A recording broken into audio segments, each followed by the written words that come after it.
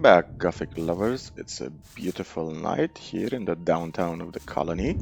And as we left off in the last episode, we said we're gonna clear the map of some mobs until we wait for morning. So that's exactly what we're gonna do. So the plan is kill some mobs, level up, and then we're gonna go to the old camp and see what other quests we can do there.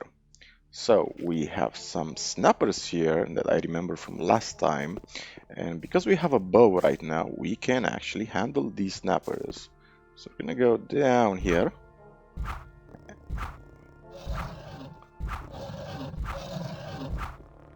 And we're just gonna pick them off one by one.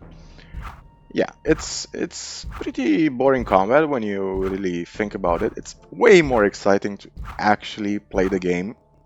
Now, while we're doing these sort of boring transitions, okay, that's 2 out of 3, and I remember a third one.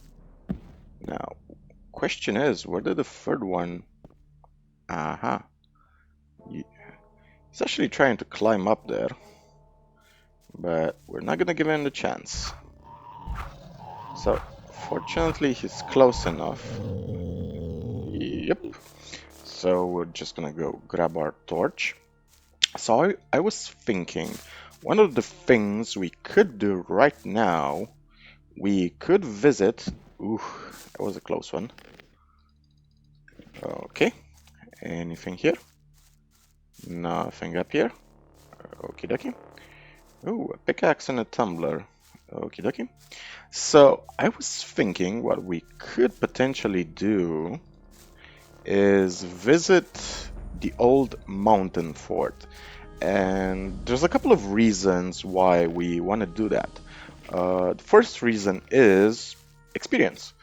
We can kill some stuff there, get some easy experience. And the second reason is we can get access to a very powerful weapon early on that really changes the whole dynamic of the game in the first chapter. Now, it's not really an exploit or anything if you go there, it's just a dangerous area in general. Let's save the game right here because there are a couple of lizards. Okay, let's see if we can handle this bad boy. Okay, we handled this bad boy. Now let's took some 30 damage right there. We should do another cooking session soon and cook some of this lovely raw meat we've acquired so far. Anything else up here? Chest. And this chest doesn't seem to have a lock on it. Ham, we have some ham. Okay. Speaking of food, there is a quest in the Hollow, in the new camp, where a mercenary asks you to deliver some food for him. Now, the quest is sort of a trap because you don't really get any reward. Yeah, spoiler alert there, sorry. Damn, you can just see how powerful the longbow is early on. I mean, we're basically level 6, and we can already handle mobs quite easily. We're barely taking any damage as well. So, if I remember right, the only thing we had here in this small area was a healing potion somewhere. I think the healing potion was near this waterfall. Okay, there they are. A couple of healing potions. Now, what we have up here, up this path, is a very dangerous area. And we really need to be careful how we handle this specific combat situation. There are a couple of orcs in front of us. You can actually see them from right here. Now, orcs are very dangerous enemies. Now, the question is, can we... Yes.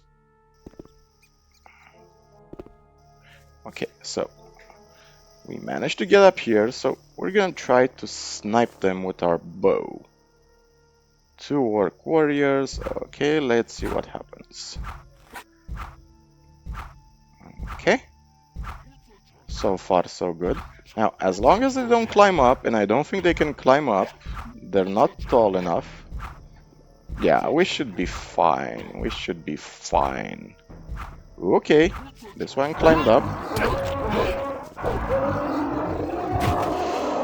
Okay, we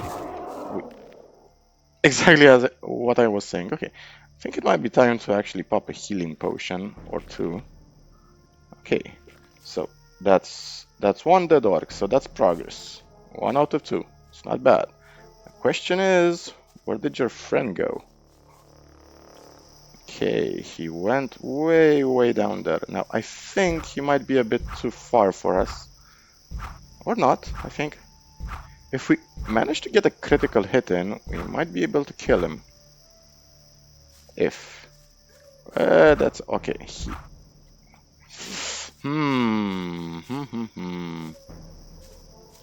You know what? Let's risk it. We're gonna jump down this slope here, this incline. Slide a bit. And okay.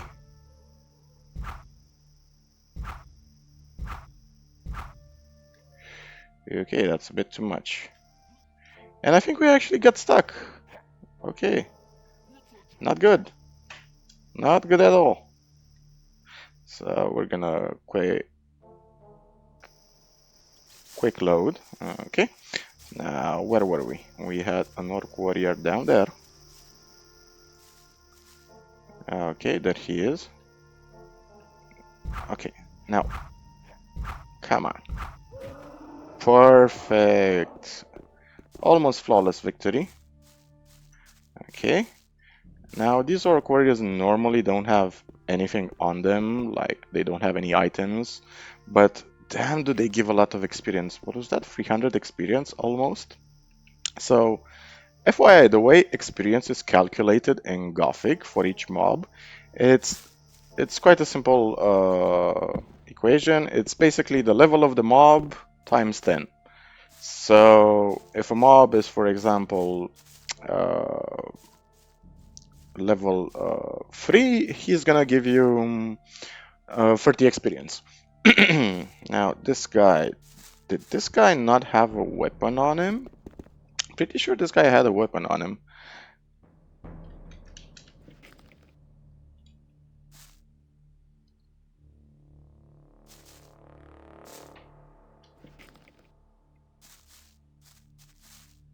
Guess not. Okay. Maybe the weapon slid from under him. That can happen from time to time.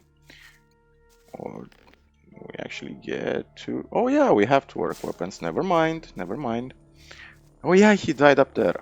So what do we have up here? We have very creepy looking area. You can actually hear the ambience and just how creepy it is. Now this is another cut content area. This is basically an orc sort of sanctuary slash altar. You can see orcish runes, orcish writing up here. And this area basically just has some healing potions and a couple of chests. It's nothing fancy, but it's some loot, so we'll gladly take it. Now, what was I talking about? Oh yeah, here's something I want to talk about, the lore. So, Gothic 1 has a pretty simple story that works quite elegantly, if you ask me. So, you have a massive war between the human kingdom and orcs. Yeah, I know, original story right there, right? But the way they handle it is pretty cool. The war is obviously not doing great because the king needs this magical ore to forge ore weapons. And ore weapons are just strong enough for the average human being so they can pierce orcish flesh. Now, orcs, by definition, are quite strong. They're incredibly strong in this game. And they're generally strong in the lore as well. And sadly, we don't get access to a lot of ore weapons in Gothic 1. We do, however, get access to them in Gothic too, and you can actually feel just how strong and powerful they are compared to the regular weapons you find in the game. In Gothic 2, you have expanded professions, so if you choose smithing, for example, you can forge way, way more powerful stuff than what you normally have access to. So let's check the time. It's 11:12 p.m. It's almost midnight. So let's do a quick check to see if we're equipped enough to handle the mountain fortress. We only have 185 arrows. Now, that's not a lot actually. I know it might seem like a lot of arrows, but it really isn't. So what I want to do right now is something very, very cheeky. Now, we're gonna visit Fisk and Dexter in the old camp. We're gonna see if they have any new inventory, specifically arrows. We really want to buy all the arrows we can at this point. And we're gonna then visit the mountain fortress. And we'll try to get the best weapon we can, which is, if I'm not mistaken, it's called the Sword of Victory. It's a weapon that does almost double damage from what we have right now, and it really doesn't have requirements that high. So I'm thinking we can spend the next level up learning to be stronger and more dexterous, so we can equip the Sword of Victory, and then we're gonna spend the following level ups learning to be a better swordsman. We're gonna become a master swordsman. So show me your goods. I got the... Let's see. You only have 15 arrows. Okay, so because I never bought his arrows, he actually never refreshed his inventory. That's no problem. We're just gonna sell some stuff quickly. Let's see what we can sell. We can sell this withered axe. And what else can we sell? We can sell a pickaxe. We can sell this poker. And we can sell, I think, a torch. Yeah, so we have 15 for 15. Okie dokie. And because it's almost midnight, let's see if he actually refreshes his inventory ahead of time. So we're gonna open Fisk's door. And we're gonna try to talk to Fisk. You're learning fast. Come on, Fisky. Hey, you! Mordrag was one of my most important suppliers, you idiot. If you want to join this camp, it'll be very hard for you to get my vote. Relax, maybe I can make up for it, can I? I wouldn't know how you're gonna do that, unless you get me a new fence from the new camp. How am I supposed to find somebody like that? I just told you, I don't believe that you'll ever be on good terms with me.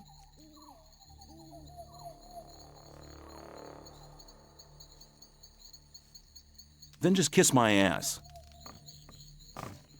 So basically, because we fought Mordrag earlier, we get a bit of tidbit on who Mordrag was actually trading with. So that person is Fisk.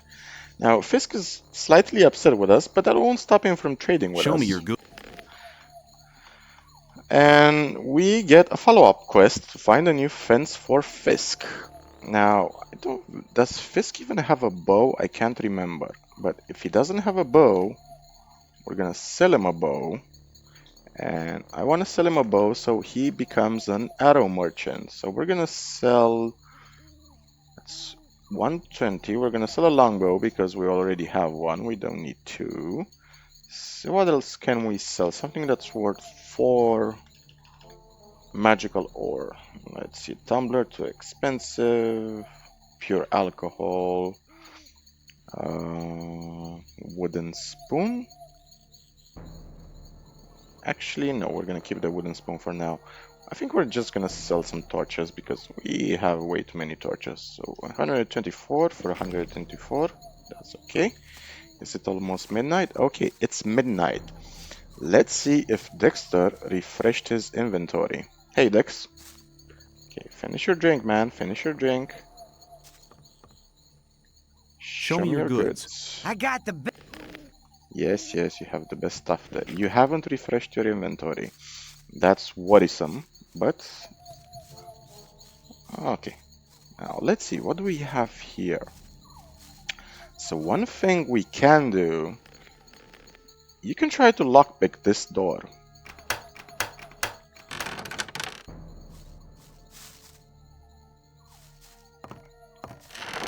And we're gonna close the door, and we're gonna lockpick these chests. And we're gonna get, this is basically a storage area filled with a lot of valuable goods, like a lot of potions, pans, tumblers, plates, knickknacks, miscellaneous stuff. But the real... Okay, let's focus here.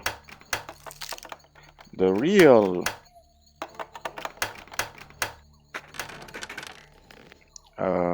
This is some food, nothing fancy. The real loot is a permanent potion. Okay, skin of a shadow beast, some skins, and I think it's in this big chest over here. Come on. 1, 2, 3, 4, 1, 2, 3. Okay, what do we have here? Some potions. So apparently it's not in this chest, which means that it's in one of Fisk's chests. That actually complicates the situation a bit. So because it's in one of Fisk's chests, means that he's gonna get really upset when we're gonna try to enter his... You're learning. Okay, you asked for it.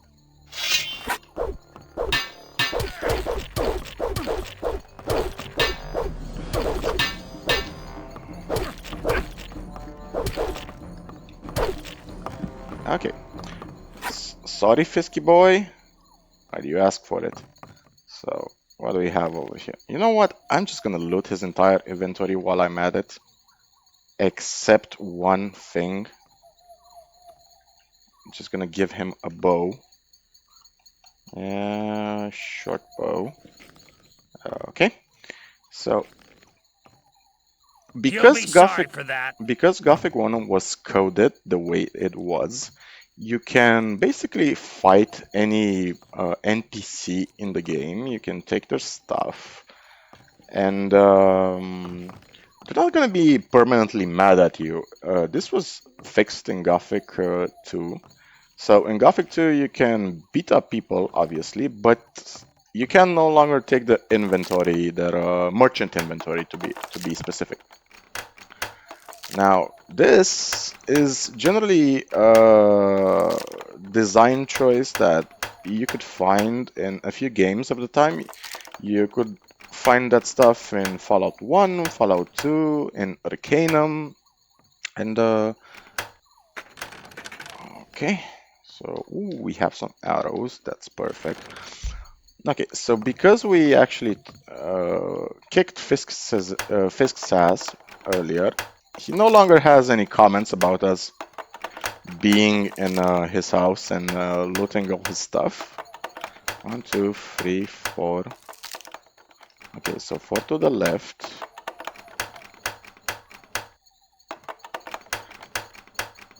One to the right. 2 to the right. Okay, an essence of dexterity. This is exactly what I wanted. It's gonna permanently increase our dexterity by 3 points, which is awesome. Because once we manage to get 20 dexterity, natural 20 dexterity, I mean, we can let go of these dexterity rings we currently have equipped. So here's a question you might ask yourself right now. If the economy is so broken, if you can beat up any NPC in the game and take their stuff, what's the point in trading? Well, there's a couple of answers to that question. But before we actually answer that, we have to survive the next following thing. Ah, new face. What do you want? I want to offer you help. You're new here and the new ones always get into trouble. You could save yourself a lot by making a small donation. Just 10 ore, man. It ain't much to ask. And what do I get out of it? While you're in my district, I'll protect you.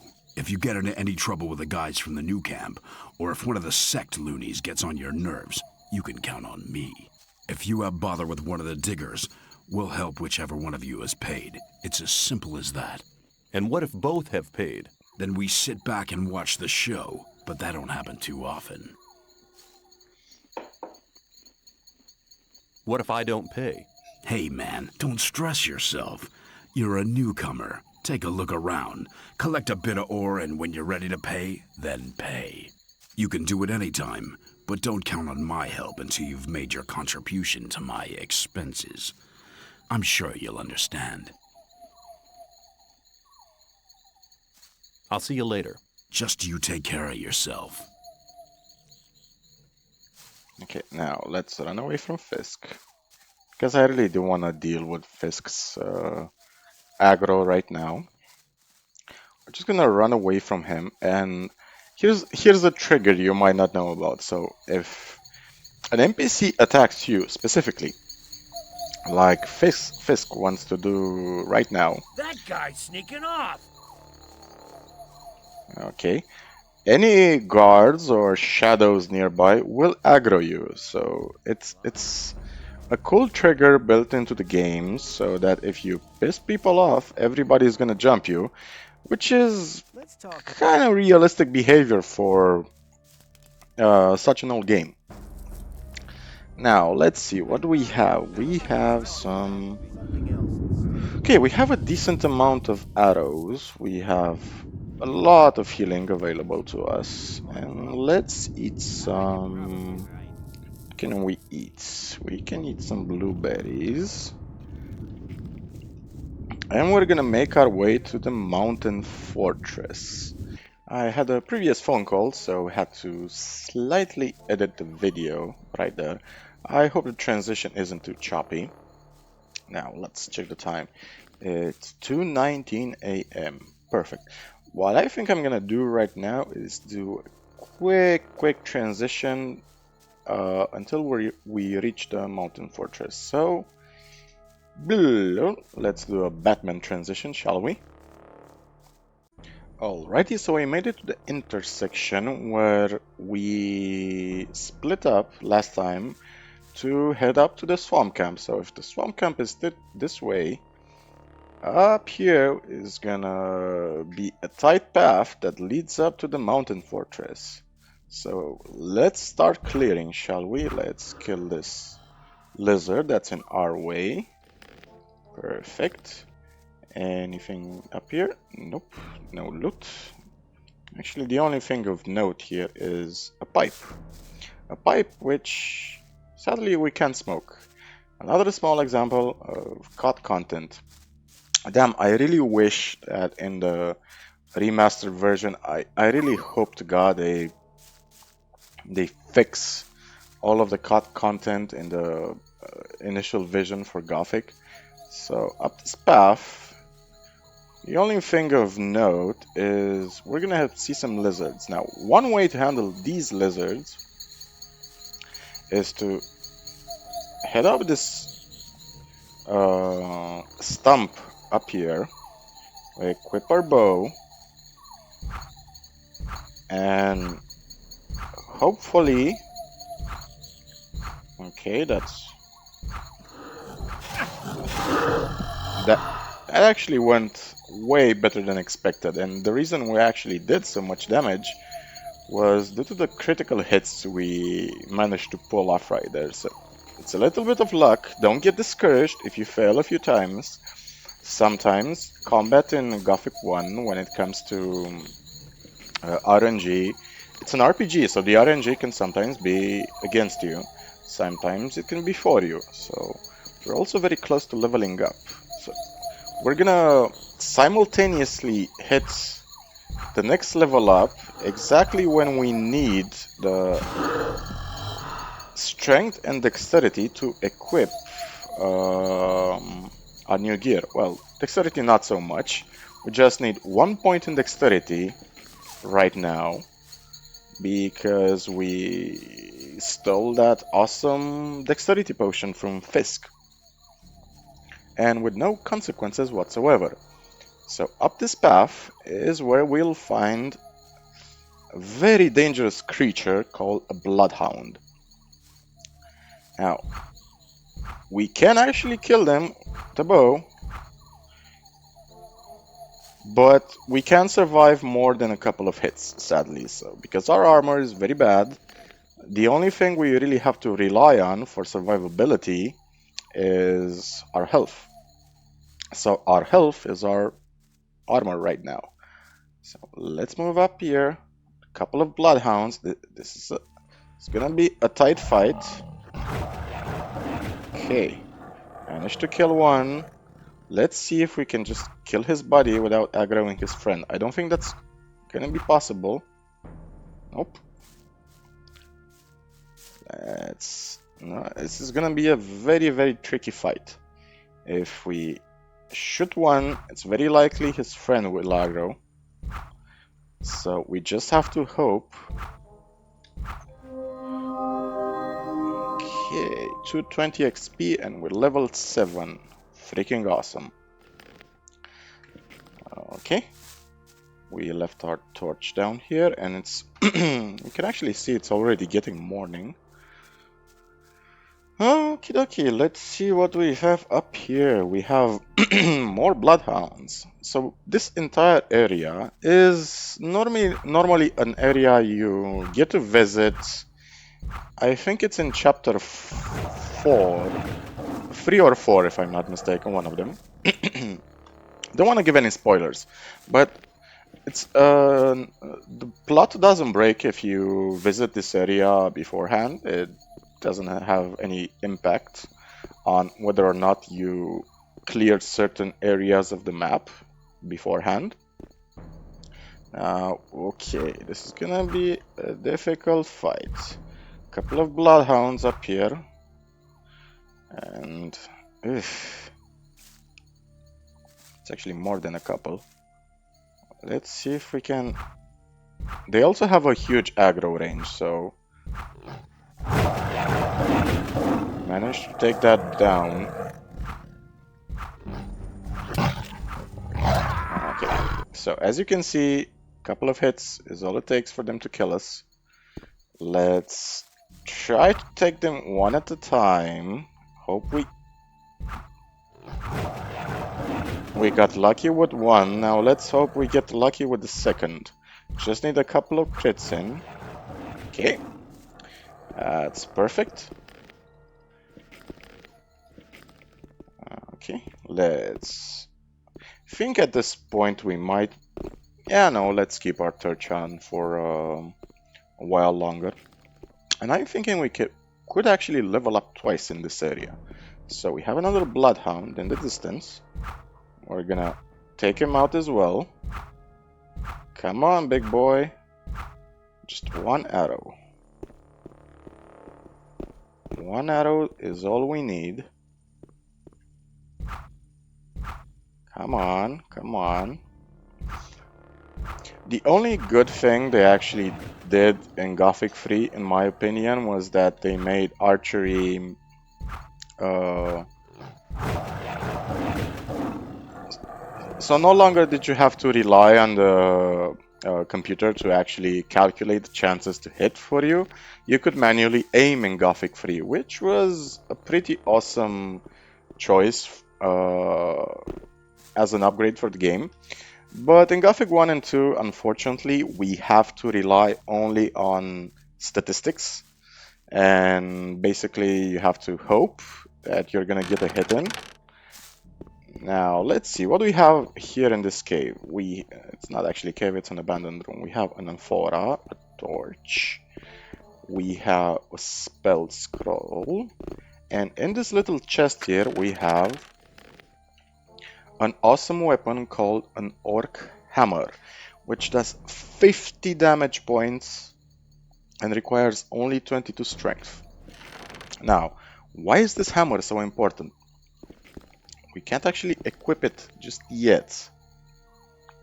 We might actually have to come back here later when we can equip it. So this hammer is important because, and this is a small spoiler, there is a certain type of creature in the game called a golem. Now, some of you know how golems work. They're basically stone creatures, usually, or mechanical creatures. In Gothic 1, golems are of varying types. There's fire golems, ice golems, and stone golems. Stone golems normally are invulnerable to any sort of damage unless you use a blunt weapon. So a blunt weapon is either a sting mace, a mace, this bloodfly sting we have up here, or an orc hammer.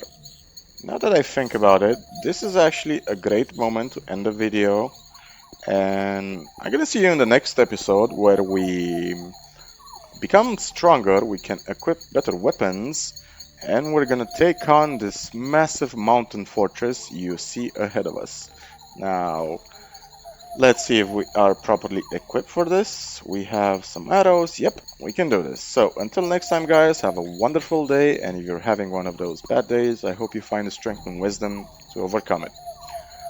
If you want to support the channel, feel free to visit my Patreon. If you want to like and subscribe, all that jazz. If you don't, that's completely fine with me.